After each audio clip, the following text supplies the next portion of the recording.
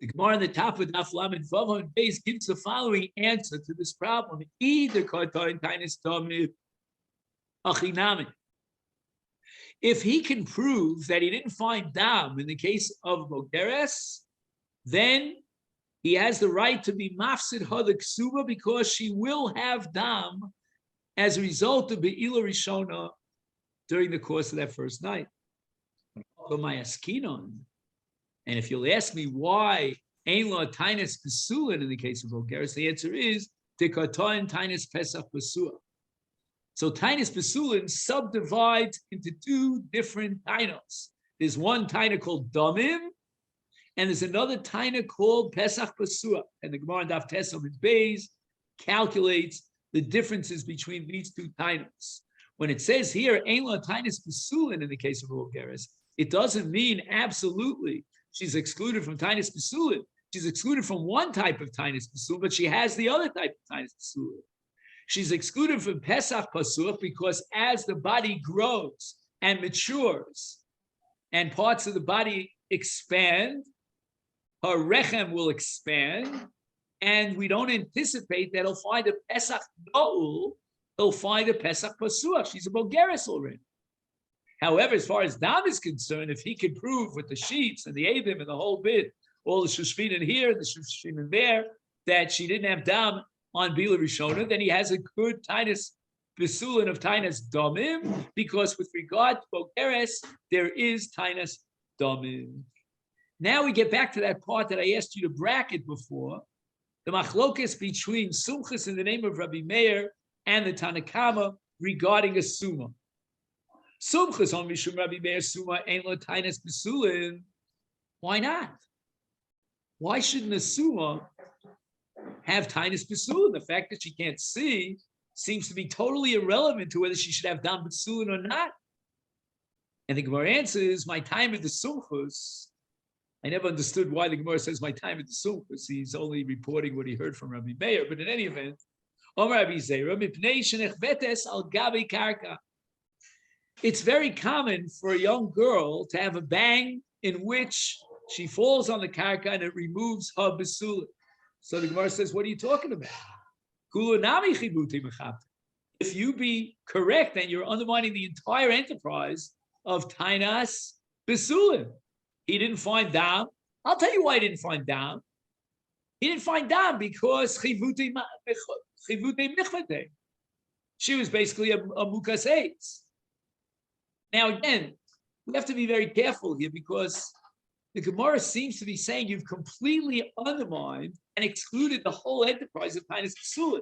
That's not true. Why? Because L'chora, she still has a time of Pesach Pasua. Unless the Gemara is insisting that through this Chavata, not only does it break the Pesulin, she won't have Damin, but not only that, her Pesach will open as a result. And therefore, he has no possible Tainis Pesulin, neither Tainis Damin for sure not, nor Tainis Pesach Pasua. And the first mission in Ksubis is predicated on Tainis Pesulin. That's why a woman is Niseis Yom Arvi. More answers, Kulon, any young girl, if she has this Chavata, then she will see Dam. And as a result of seeing Dam Besulin, Roos Umaros Le'iman, she comes running to her mother to notify her mother that she had this Chavata and she no longer has Dam Besulin. The Dam came out. Her mother will therefore, when it's time to marry her off, will be all honest, put the cards on the table and tell him, you're not going to find her Dam.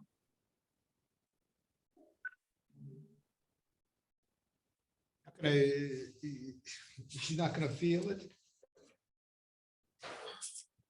The point is that in the case of a regular Kana who has eyesight, she sees the Dam and she gets very alarmed. She runs to her mom, tells her mom that she had this terrible injury and she saw Dam as a result. Her mother now realizes that she lost her Besulin. And when it comes to marriage, being forthcoming and honest, the Baal enters into this marriage knowing full well that he will not find Besulin, not Dam Besulin, and maybe not even a Pesach Sosul. However, in the case of Suma, Eino roa, she can't see the dam, and therefore eino mara le'ima. She will not show it to her mother. So we go back to square one, that it's quite frequent that young girls will have chibute chavata. Why didn't we hear about it? And why wasn't the Baal notified in advance? The answer is because nobody knew about the chavata. And therefore, when they married, the assumption was that she didn't have a chavata, and she has dam besulit.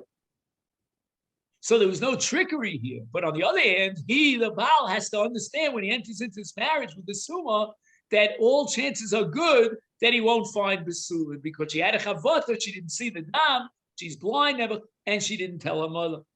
And now we go back to the. Yes. Maybe she can feel the dam. I don't know. That you have to ask Google.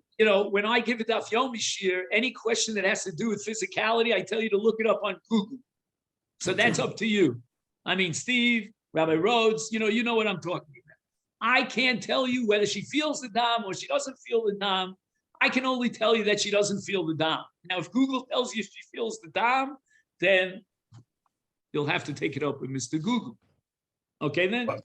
Saying that she's more likely to fall by not. Okay, she's more likely not to see the dam, not to feel the dam. But just to fall. And therefore, when he marries her, he should not be anticipating finding dam. So don't tell me that you were fooled in this marriage and someone deliberately tricked you, and what you thought you were getting is not what you're getting. You should be aware of the fact that there's a very good likelihood that you're not going to find the soon. Okay, Rabos, I'm going to have to go on now. I have to officiate at a funeral, unfortunately. We had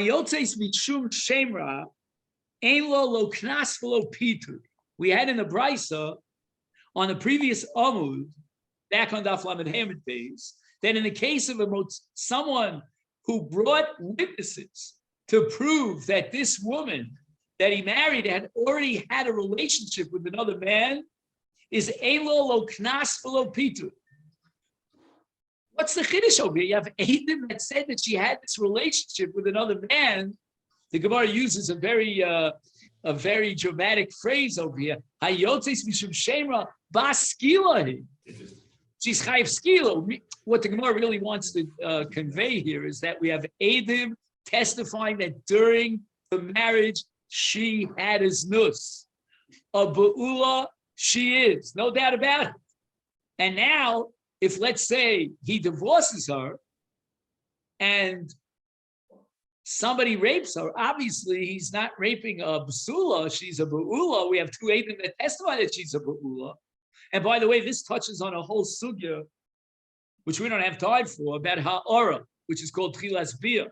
Because as far as putting a woman to death, if she's a married woman and had an extramarital affair, then all we need is tchilas bia.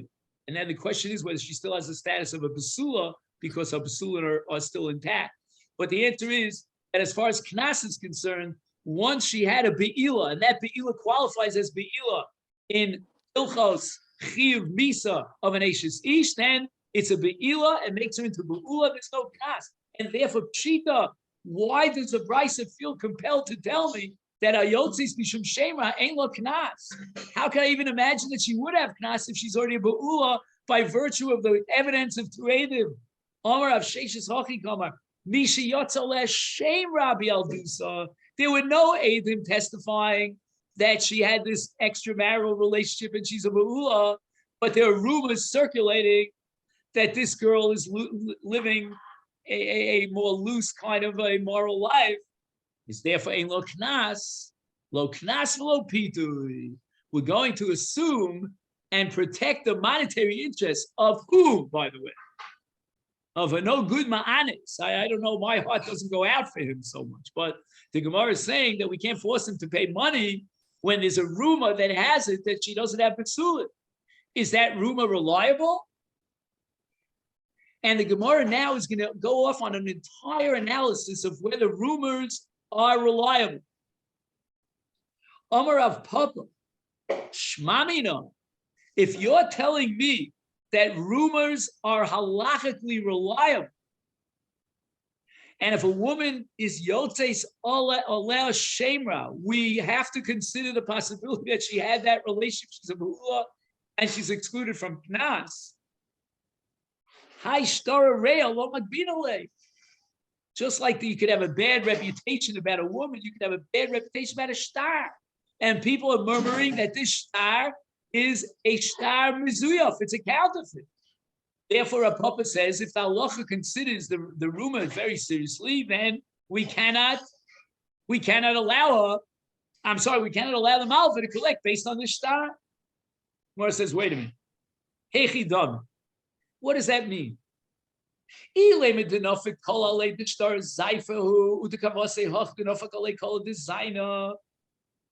If you understood the way we understood it earlier, that Yotzo Les Shemra means that there was a voice, a rumor circulating about her loose kind of relationship. If that be the case, then the parallel in Shtar would be that there's a rumor going around about the Shtar that it's a Shtar Mizuyah. And therefore, Rav Papa is right that we should derive the conclusion that if there's a rumor about the Malva Shtar, that it's Mizuyah, the Malva cannot be allowed to collect from the Lova. But that's impossible because you're basing Rav Papa your conclusion on one particular interpretation of the case of Knas in a woman who has a Shem Ra. Amar Rava, what are you going to do with Rava's statement? Rava says, Yotzo le Shem Mizana Be'ir, Ein Choshishin La.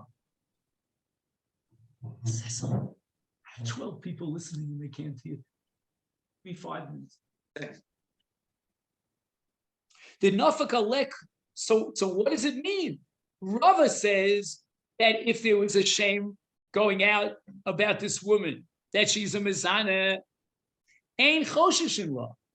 Now, Ein Choshishin La means that a Kohen is allowed to marry her, which means that she doesn't have a cheskas be'ula al pidin based on this kol, because if she had a din of a be'ula, she would be a zona and she'd be a surah Kohen. Rava says she's allowed to marry a Kohen. So we got to go back to the drawing board.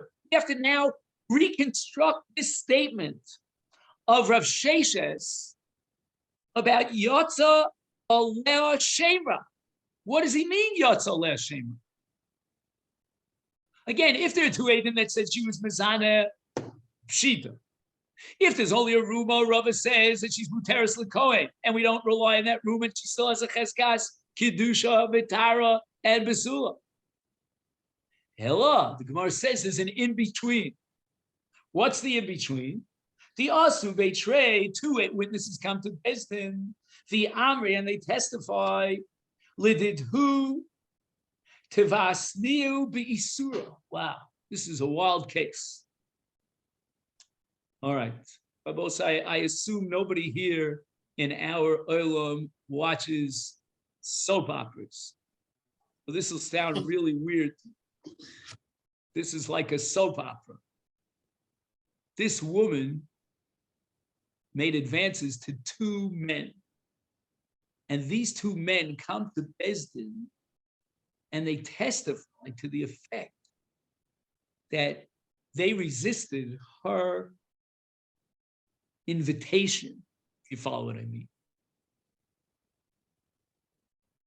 And now Rav Papa is going to make sense by flipping it around and finding a parallel in the case of a Shtar Milva.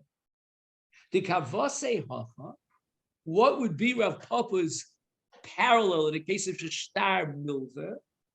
The Asu Beitrevi Amri, Lididhu Amar Lahu, Saifuli. Two Eidim testify in Bezdin that this no good Malva offered us, as we say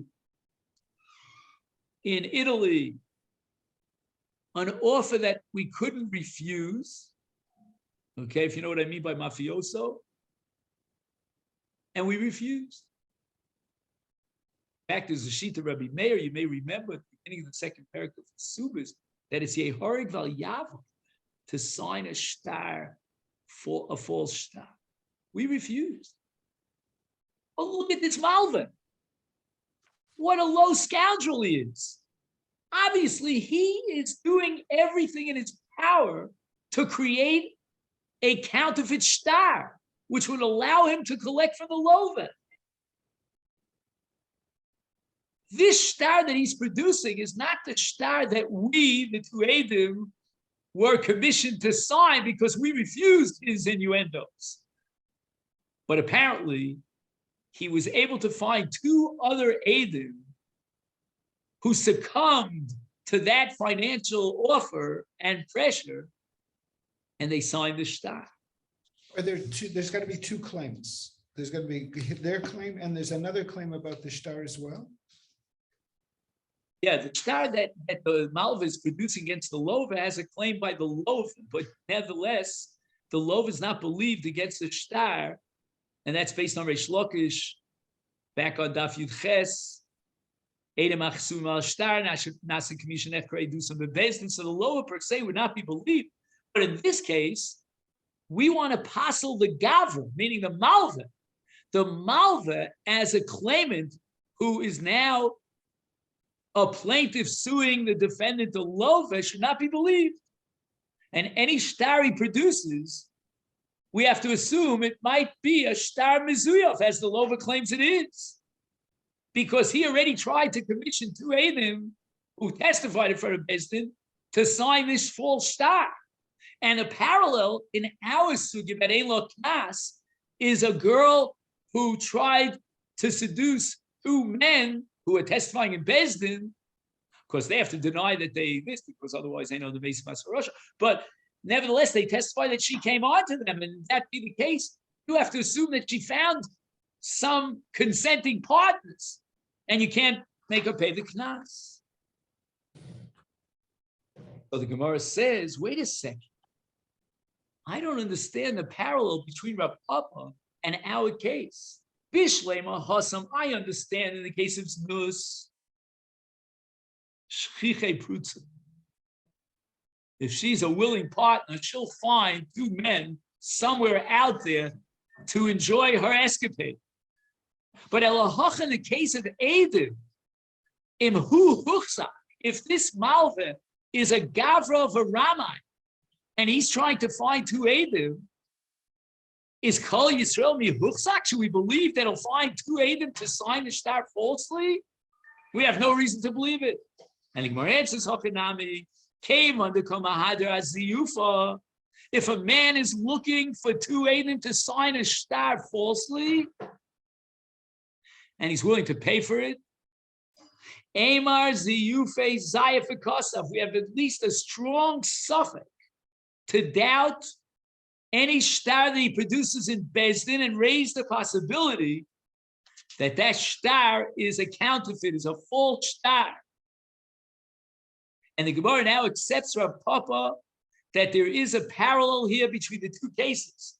A woman who cannot collect knas because she forfeited her cheskas besula by virtue of the fact that she tried to get two men involved in that action, she'll find some consenting, approving partners. And the case of Rav Papa V'shtar Chov, where the Malva was trying very hard to fabricate a whole story about a lover that owes him a sum of money, and to get two Eidim to sign falsely, eventually he will find them. And this leads us to the Mishnah on Daf Lamed Vav Amud Beis. Elu nara she'en lehem knas. Habal Giyores v'ashvuya ve'al hashivcha sheniftu v'shenizgayru v'nishtacharu Yeseros al bnos sholosh shanim v'yom echad. The gerus took place after they reached the age of 3, and once a girl who's a goyeta is an age of 3, we assume that she's a ba'ula. Not necessarily because she wanted to be, but they'll make sure that she's a ba'ula. They'll do the job. Now, amongst these 3 women is a shvuya. Now, the shvuya sticks out like a sore thumb. A shvuya is a kosher girl, a Jewish girl. It doesn't fit into the pattern here. But you know,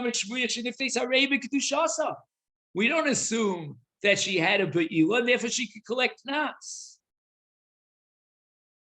Afal pi shegedola, even if the actual redemption The ransom money was paid after she was, we'll soon see, she was 10 years old. But nevertheless, we're assuming that she's B'Kedushasa. Next, here's a list of Chayvei Misos. And we're going to apply Kim Levi the Rabbi. Habal Bito, Albas Bito, Albas Pino, Albas Ishto, Albas Pino, Albas Bito, Einlem, Knas, B'Nation Eschayev, B'Nafsho. Shemisasan B'Dei Bezdin. They get a Chiv Sreifa in Bezdin. The Kolam Eschayev B'Nafsho, Ein Mishali Momon. Shenemar, this is the famous drush that we had earlier in this parak of Ason Yason, Anoshi Yanesh, in Lo Yason Anoshi Yanesh, meaning if she, who was hit by this guy, survived, then he pays for the Dmei V'Lodos. But if, by implication, she died, then he's Chayav Misa, they'll put him to death, and he doesn't pay Knas. Rabbi Yochanan, Rabbi Yehuda, Rabbi Tosa, this principle of Rabbi Yehuda, that a woman, a shvuya, has a cheskes kedusha v'tara, is reflected in the shita Rabbi Tosa. Rabbi Yehuda, the Amoran, we saw Rabbi Yehuda in that Mishnah. Rabbi Tosa, the Sanya, we have it in a brisa. Shvuya cheles b'truma. Divrei Rabbi Tosa. A shvuya is allowed to eat truma. Now, a zona is not allowed to eat truma. If we assume that during her shevi, while she was captivated, they raped her, she becomes a zona and she's psula lakuna. How does Rabbi Dosa allow her to eat truma unless we assume, as Rabbi Yehuda said, it's shvuisha niftes harei hi b'kedushasa? We don't assume that she had that be'ilah. Amar Rabbi Dosa v'chima osala Ravi Elazeh. The Aravim are considered shtufim barayos, so they would likely to have beer with her. No. What did he do with her? He had some sort of pleasurable activity, but not be'ilah. What do the Rabbanan hold? The Rabbanan say it depends whether she has a pesh or a peshi. If there are edim to testify that she was a shvuya, then she forfeits her cheskas pesula, and we assume that she was nensa, and she's a zona, and she can no longer eat truma. If on the other hand, we have no edim to testify that she was a shvuya, we only know it from her mouth, then we apply the principle of Peshasa, Peshahitir, and she's believed and relied upon to say that she wasn't raped. Omar Rabba says, how do you know that the reasoning of Rabbi Yehuda and Rabbi Dosa are one package? Haba Atalia, Dilma Lohi, Ad Kan Lo Rabbi Yehuda. Let's go through both. We'll start with Rabbi Yehuda. Rabbi Yehuda says, here we want this ma'anes to pay knas. Shelo yehei chote niskar. We have no empathy and sympathy for this ma'anes. And therefore, if there's a suffix, we will clamp down his fee of knas. Aval Hassam, in the case of Truma of Rabbi Dosa, it's possible that Rabbi Yehuda would agree, Kirabbanans, we relay that we have to never at least make an assumption mitzad suffix that she had a be'ilah and she's a zona. We can't allow it to eat truma. Namely, ad kan lo tomer Rabbi Dosa hasam el b'truma. Truma bisman hazeh is the Rabbanan, and the Rabbanan, for the sake of truma, they were matir and shvuya to eat truma.